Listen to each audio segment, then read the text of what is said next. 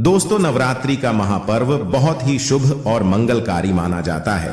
नवरात्रि के पूरे 9 दिन गंगा जल की हर एक बूंद की तरह पवित्र माने जाते हैं। ये शुभ समय भक्तों के जीवन में खुशियों की सौगात लेकर आता है। दोस्तों, आपको बता दें, 2023 में इस साल मां दुर्गा हाथी पर सवार होकर पृथ्वी लोक में पधारेंगे। शास्त्रों में वर्णित है तथा मान्यताओं के अनुसार अगर शारदीय नवरात्रि पर यदि माता दुर्गा का आगमन उनके वाहन सिंह पर नहीं बल्कि हाथी पर होगा, तो मान्यता है कि माता दुर्गा का हाथी पर सवार होकर आना बहुत ही शुभ और कल्याणकारी माना जाता है। जीवन सुखमय हो जाता है, भक्ति का भरपूर लाभ भक्त जनों को मिलता है। दोस्तों, इस बार नवरात्रि पूरे 9 दिनों तक मनाई जाएगी, न एक भी दिन कम न ज्यादा, पूरे 9 दिनों तक मनाई जाएगी। मां शेरावाली की विशेष रूप से पूजा आराधना की जाएगी। शारदीय नवरात्रि का महापर्व इस बार 2023 में 15 अक्टूबर दिन रविवार से शुरू होकर 23 अक्टूबर सोमवार के दिन समाप्त होंगे। ऐसे में शारदीय नवरात्रि पर माता दुर्गा की कृपा पाने के लिए कलश स्थापना का शुभ मुहूर्त है। 15 अक्टूबर को दिन में 11:44 से दोपहर 12:30 तक कलश स्थापना का शुभ मुहूर्त रहेगा। महाव्रत में की गई पूजा बहुत ही शुभ मानी जाती है। इससे समस्त देवी देवताओं की कृपा प्राप्त होती है और पूजा पाठ का फल कई लाख गुना प्राप्त होता है। ऐसे में जो व्यक्ति नवरात्र आने से पहले घर से ये चीजें बाहर कर देता है, तो उसके घर में मां वैष्णो का होगा आगमन, माता लक्ष्मी का होगा वास, मां शेरावाली आपकी झोली खुशियों से भर देंगे। इसीलिए नवरात्र आने से पहले घर से ये चीजें फौरन हटा दें।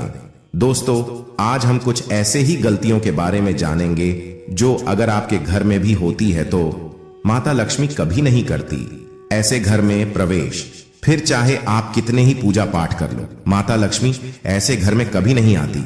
ऐसे घर से देवी देवता भी हमेशा रहते हैं नाराज। दोस्तों, पूरी जानकारी को देखने के लिए इस वीडियो को अंत तक जरूर देखें। सच्ची श्रद्धा से कमेंट बॉक्स में लिखें जय मां लक्ष्मी। मां लक्ष्मी के लिए एक लाइक तो बनता है। दोस्तों, सबसे पहले नवरात्रि के पहले ही मंदिर की अच्छी तरह से साफ सफाई कर लें। मंदिर के अंदर अगर पुरानी मालाएं हैं, टूटी फूटी मूर्तियां हैं, उसके साथ ही खाली माचिस की डिब्बी रखे हुए हैं, तो उन्हें बाहर फेंक दें तथा खंडित मूर्ति को किसी नदी में प्रवाहित कर दें। घर में छोटे बच्चों को नवरात्रि का व्रत नहीं रखना चाहिए। इससे उनकी जान को खतरा हो सकता है, क्योंकि इस व्रत में शरीर को अधिक शक्ति की जरूरत होती है। माता शेरावाली की तस्वीर अगर कांच के फ्रेम की है और वह हल्की सी भी अगर टूटी हुई हो, तो ऐसी कांच को बदलवा लें या ऐसी तस्वीर को जल में विसर्जित कर दें। टूटी मूर्ति की पूजा करने से, टूटी तस्वीर की पूजा करने से आपकी श्रद्धा, भक्ति व्रत आदि सब टूट जाता है, आपका व्रत खंडित हो जाता है। दोस्तों, नवरात्रि के 9 दिन बहुत ही पवित्र होते हैं। नवरात्रि के 9 दिनों घर को साफ सुथरा और पवित्र रखना अति आवश्यक है। इसीलिए नवरात्रि के 9 दिनों में ब्रह्मचर्य का पालन किया जाता है और तामसिक भोजन ग्रहण नहीं किया जाता। नवरात्रि के 9 दिनों में माता रानी के भक्तों को प्याज, लहसुन, मांस, मदिरा और अंडे से दूर रहना चाहिए। अधिकतर भक्त नियम का पालन भी करते हैं, लेकिन वह एक गलती कर बैठते हैं। वो नवरात्रि के 9 दिनों में अपने घर इन अपवित्र चीजों को रख लेते हैं। ऐसा भूलकर भी नहीं करना चाहिए। भागवत पुराण के अनुसार नवरात्रि के 9 दिनों तक माता रानी अपने भक्तों के घर में वास करती है। अगर आप भी चाहते हैं कि माता रानी आपके घर में वास करें, तो आप अपने घर के वातावरण को पवित्र रखें और नवरात्रि शुरू होने से पहले ही अपने घर से प्याज, लहसुन, मीट, अंडा और मदिरा को बाहर निकाल दें। अपने घर को साफ रखें। इन वस्तुओं को घर से बाहर निकालने के बाद अपने घर में गंगा जल का छिड़काव अवश्य करें। भगवत गीता में भगवान कृष्ण कहते हैं, बगैर गंगा जल छिड़काव कोई भी मंगल कार्य सफल नहीं माना जाता। गंगा जल का छिड़काव स्वयं भगवत गीता में श्री कृष्ण ने बताया था। अगर आपके घर में गंगा जल न हो तो मार्केट से गौमूत्र ला सकते हैं और गौमूत्र लाकर आप गौमूत्र का अपने घर में छिड़काव करें। बस थोड़ा सा पानी में डाल लें, इससे आपके घर का वातावरण पवित्र हो जाएगा। घर में मौजूद नकारात्मक ऊर्जा भी नष्ट हो जाएगी और जिस घर में वातावरण पवित्र होता है और नकारात्मक ऊर्जा नहीं होती, वह माता रानी का वास सदैव होता है। नवरात्रि के पहले आप अपने पूरे घर की अच्छी तरह से साफ सफाई कर लें। घर में जो भी फालतू सामान है, फटे पुराने कपड़े, उन्हें बाहर निकाल दें। घर में बेकार पड़ा सामान नकारात्मक ऊर्जा लाता है, इसीलिए गंदगी बिल्कुल भी न करें। धूप दीप जलाकर वातावरण को स्वच्छ रखें। दोस्त, माता के आगमन के लिए घर का दरवाजा जरूर सजाना चाहिए। इससे माता आकर्षित होती है और घर के द्वार में प्रवेश करती है। मां के आगमन के लिए द्वार को फूलों से सजाना। दोस्तों, कई लोग ऐसे हैं जो माता रानी की चौकी कागज बिछाकर बनाते हैं, जो कि बिल्कुल गलत माना गया है। माता की चौकी के लिए आप नीचे लाल कपड़ा बिछाएं। काला कपड़ा और सफेद कपड़ा भूलकर भी नहीं बिछाना चाहिए। ध्यान रखें, कपड़ा फटा भी नहीं होना चाहिए। दोस्तों, अगर आपके घर में देवी देवताओं की खंडित मूर्ति, दिया या फटा हुआ चित्र अगर हो, तो उसे किसी पवित्र नदी में विसर्जित कर दें, क्योंकि ऐसी मूर्तियां और चित्र दुर्भाग्य लाती हैं। देवी देवताओं की खंडित मूर्ति की पूजा न करें और ना ही उन्हें घर में रखें, क्योंकि उन्हें घर में रखना बुरा माना जाता है। दोस्तों, वहीं अधिकतर लोग अपनी छत पर या घर के मुख्य दरवाजे के आसपास कबाड़ इकट्ठा कर देते हैं। ऐसा करना अशुभ माना जाता है। अगर आपने भी अपने घर में घर के मुख्य दरवाजे पर या छत पर या फिर खासकर घर की उत्तर दिशा में कबाड़ इकट्ठा कर दिया है, तो नवरात्रि शुरू होने से पहले उस कबाड़ को घर से अवश्य ही निकाल दें। दोस्तों, यदि आपके घर कोई भी बंद घड़ी है, तो नवरात्रि शुरू होने से पहले उसे अपने घर से हटा दें और नई घड़ी ले आए या उसकी मरम्मत करवा लें। घड़ी को प्रगति का प्रतीक माना जाता है। बंद घड़ी समय से पीछे चलने वाली हमारी प्रगति में बाधा डालती है। इसीलिए नवरात्रि शुरू होने से पहले ही आप बंद घड़ी को घर से बाहर निकाल दें।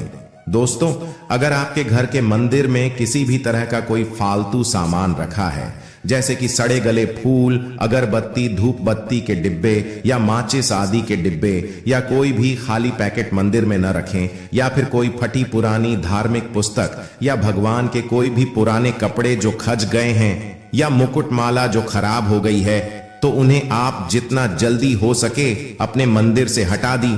नवरात्रि से पहले आप अपने मंदिर की और मंदिर के आसपास की साफ सफाई अवश्य ही करें, तभी माता रानी की चौकी स्थापित करें। इसके साथ ही आप अपने धन रखने के स्थान की सफाई भी अवश्य करें, क्योंकि नवरात्रि के दौरान मां लक्ष्मी भी गृह प्रवेश करती है। धन रखने के स्थान पर किसी भी तरह का कोई भी फालतू सामान, टूटा हुआ सामान न रखें। धन रखने के स्थान को मंदिर की तरह ही साफ रखें। नवरात्रि के दौरान माता रानी की पूजा में कौड़ियों को शामिल करें। माता रानी के साथ साथ रोजाना कौड़ी का भी पूजन करें। इसके बाद कौड़ी को धन रखने के स्थान पर रख दें। ऐसा करने से बरकत हमेशा होती है। अगर आपके पास पुराने जूते चप्पल इकट्ठे हो गए हैं, तो नवरात्रि से पहले उन्हें घर से बाहर निकाल दें। पुराने जूते चप्पल की अशुभता के कारण ही घर में नकारात्मक ऊर्जा आती है और घर में अशांति और तरह का माहौल रहता है। नवरात्रि आने से पहले घर से निकालना न भूलें। अगर जिस घर में ज्यादा होता है, उस घर में माता रानी का भी वास नहीं करती। साथ ही साथ टूटे फूटे बर्तन अगर घर में पड़े हैं, या टूटा हुआ आईना भी अगर घर में हो, तो उसे भी निकाल दी। घर में टूटे फूटे ईंट पत्थर भी नहीं रखना चाहिए, इसे माता लक्ष्मी नाराज हो जाती है। अब हम जानते हैं नवरात्रों के दौरान क्या नहीं खाना चाहिए और क्यों नहीं पीना चाहिए, और कौन सा फल खाने से व्रत संपूर्ण और सफल हो जाता है। दोस्तों, हमारे चैनल को सब्सक्राइब जरूर करें और इस बेल आइकन को दबाना ना भूलें। तो आइए शुरू करते ही। दोस्तों, नवरात्रि के दिन से जरूर खाना चाहिए। शास्त्रों में बताया जाता है कि भगवान के भोग में सेब आदि जरूर अर्पित किया जाता है। अगर आपका व्रत है, तो आपको केला, पपीता, तरबूज और मीठे अंगूर जरूर खाना चाहिए। इन फलों से व्रतधारी को शक्ति मिलती है और व्रत संपूर्ण हो जाता है। शास्त्रों में बताया जाता है कि नवरात्रों के दिनों में सीताफल जरूर खाना चाहिए। सीताफल खाने से 10 ऐसी बीमारियां हैं जो खत्म हो जाती हैं। माना जाता है कि नवरात्रों के दिनों में सीताफल का घर में प्रवेश होना बड़ा ही शुभ माना गया है। सीताफल खाने से नवरात्रि का व्रत सफल हो जाता है, क्योंकि इसमें माता सीता का आशीर्वाद मिला हुआ होता है। नवरात्रि के दौरान सीताफल खाता उसे दुखों का सामना नहीं करना पड़ता। सीताफल आपको जरूर खाना चाहिए। दोस्तों, नवरात्रि के 9 दिन शक्तिमान दुर्गा को समर्पित होते हैं। नवरात्रि के 9 दिन माता रानी के 9 अलग अलग स्वरूपों का पूजन किया जाता है। नवरात्रि के 9 दिनों में माता रानी को अलग अलग स्वरूप के हिसाब से अलग अलग भोग अर्पित किए जाते हैं। लेकिन क्या आप जानते हैं, कुछ ऐसी वस्तु हैं जिन्हें नवरात्रि के दौरान भूल कर भी माता रानी को अर्पित नहीं करना चाहिए। अगर इन वस्तुओं को आप गलती से भी माता रानी को अर्पित कर देते हैं तो आपको व्रत और पूजन का पूर्ण लाभ नहीं होगा। इसीलिए माता रानी की कृपा प्राप्त करने के लिए आपको यह जानना अति आवश्यक है कि वह कौन सी ऐसी वस्तु है जो माता रानी के पूजन में भूल कर भी इस्तेमाल नहीं करना चाहिए। तो आइए मां का जयकारा लगाते हुए वीडियो को शुरू करते हैं दोस्तों। नंबर 1, नवरात्रि के दौरान शादीशुदा महिलाओं को सफेद कपड़े पहनकर पूजा पाठ नहीं करना चाहिए। साथ ही साथ काले कपड़े भी नहीं पहनना चाहिए, इससे पूजा व्रत आदि खंडित हो जाती है। माता की चौकी जब आप लगाएं तो उसके नीचे कागज नहीं लगाना चाहिए। माता की चौकी हमेशा लाल कपड़ा बिछाकर ही बनाना चाहिए। हमेशा याद रहे, नवरात्रों के इन 9 दिनों तक व्रतधारी को अपना आसन चौकी के आगे ही लगाना चाहिए और मंदिर को नवरात्रों के दौरान अकेला नहीं छोड़ा जाता। बहुत ही अशुभ माना जाता है। इससे दुर्गा माता नाराज हो जाती है और हमेशा के लिए चली जाती है। दोस्तों, नंबर 2, नारियल। हिंदू धर्म में नारियल को समृद्धि, धन, श्रद्धा और सम्मान का सूचक माना जाता है। नारियल को श्रीफल भी कहा जाता है। नारियल को सुख समृद्धि में वृद्धि करने वाला माना जाता है। नारियल का हर मांगलिक कार्य में विशेष महत्व होता है। जैसे कि आप सभी जानते हैं कि माता रानी के कई मंदिरों में नारियल से बलि भी दी जाती है और माता रानी के पूजन में नारियल का इस्तेमाल हम सभी करते हैं। खासकर कलश की स्थापना नारियल रखकर ही की जाती है। माता रानी के पूजन में हम नारियल इस्तेमाल करते समय कुछ गलतियां कर बैठते हैं दोस्तों। नारियल कई प्रकार के होते हैं, एक हरा, दूसरा सूखा, जिसके अंदर पानी होता है। जिस नारियल के अंदर पानी होता है, माता रानी के पूजन में सदैव पानी वाला और जटा वाला नारियल ही इस्तेमाल करें। नारियल का पूर्ण होना चाहिए। नारियल चटका हुआ या टूटा हुआ नहीं होना चाहिए, क्योंकि साबुत नारियल ही पूर्ण और पवित्रता का प्रतीक होता है। साबुत नारियल ही सुख समृद्धि का प्रतीक होता है। साबुत नारियल को ही श्रीफल यानी कि मां लक्ष्मी का फल कहा जाता है। नवरात्रि में माता रानी के कलश की स्थापना करते समय जटा वाला यानी पानी वाला नारियल ही कलश पर स्थापित करना चाहिए। साथ ही यह ध्यान रखना चाहिए कि नारियल को सदैव कलश के ऊपर लेटा कर रखना चाहिए। घट स्थापना करते समय कभी भी नारियल को खड़ा करके नहीं रखा जाता। नारियल को सदैव लेटा कर कलश के ऊपर रखा जाता है। साथ ही नारियल को स्थापित करने से पहले आप नारियल को लाल कपड़े में लपेटकर उस पर लाल चुनरी ओढ़ाकर आप नारियल को कलश के ऊपर स्थापित करें। शास्त्रों के अनुसार कलश के ऊपर जब सही तरीके से नारियल रखा जाता है और सही प्रकार का नारियल रखा जाता है, तब यह व्रत और भोजन का पूर्ण फल प्राप्त होता है। यह भी ध्यान रहे कि महिलाएं माता रानी को नारियल अर्पित कर सकती है, लेकिन कभी भी माता रानी के सामने नारियल को भूलकर भी नहीं वदेरना, क्योंकि नारियल बीज रूप होता है और स्त्रियां बीज रूप से ही शिशु को जन्म देती हैं। इसीलिए कभी भी महिलाओं को नारियल नहीं तोड़ना चाहिए। नवरात्रि में माता रानी का व्रत और पूजन किया जाता है, लेकिन नवरात्रि के दौरान सबसे ज्यादा महत्व होता है कन्या पूजन का। दोस्तों, माना जाता है व्रत और उपासना से माता रानी इतना पसंद नहीं होती है जितना कि कन्या पूजन से होती है। नवरात्रि में छोटी छोटी कन्याओं को माता रानी का स्वरूप माना जाता है। कन्याओं को भोग लगाया जाता है, उन्हें प्रसन्न किया जाता है और बदले में आशीर्वाद मांगा जाता है। कन्याओं को प्रसन्न करने के लिए गिफ्ट आदि उपहार वगैरह दिए जाते हैं। माना जाता है अगर कन्याओं को कोई भेंट दी जाए और उसे खुशी खुशी स्वीकार कर ली तो इसका मतलब है माता रानी अर्थात माता वैष्णो ने भेंट स्वीकार कर ली।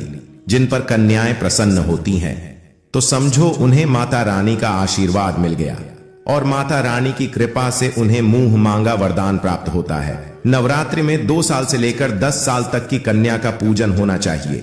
अष्टमी अथवा नवमी को कन्याओं के पैर धोकर भोजन कराना, उपहार आदि देना श्रेष्ठ माना जाता है। आपके घर में संपन्नता बनी रहे तथा धन की कोई भी कमी न हो, कन्याओं को कोई सुंदर गिफ्ट दे सकते हैं। शास्त्रों में बताया जाता है कि कन्या जितना खुश होती है, माता रानी उतना ही जल्द फल की प्राप्ति प्रदान करती है। ऐसे में आप कन्याओं को चॉकलेट बॉक्स दे सकते हैं तथा खूबसूरत कपड़े दे सकते हैं। याद रहे, काले कपड़े न दें और स्टील के बर्तन भी गिफ्ट के तौर पर दे सकते हैं। याद रहे कि कन्याओं को लोहे का कोई भी सामान नहीं देना चाहिए। दोस्तों, जब कन्या अपने घर के लिए प्रस्थान करें तो उनके चरण जरूर छू लें और अपने मन में अपनी प्रार्थना को पूरा करें। सच्चे दिल से मांगी मुराद माता रानी अवश्य पूरी करती है। प्रिय भक्तों, आज के वीडियो में बस इतना ही। हमारे द्वारा दी गई शास्त्रों अनुसार जानकारी आपको अच्छी लगी हो तो वीडियो को लाइक और कमेंट बॉक्स में जय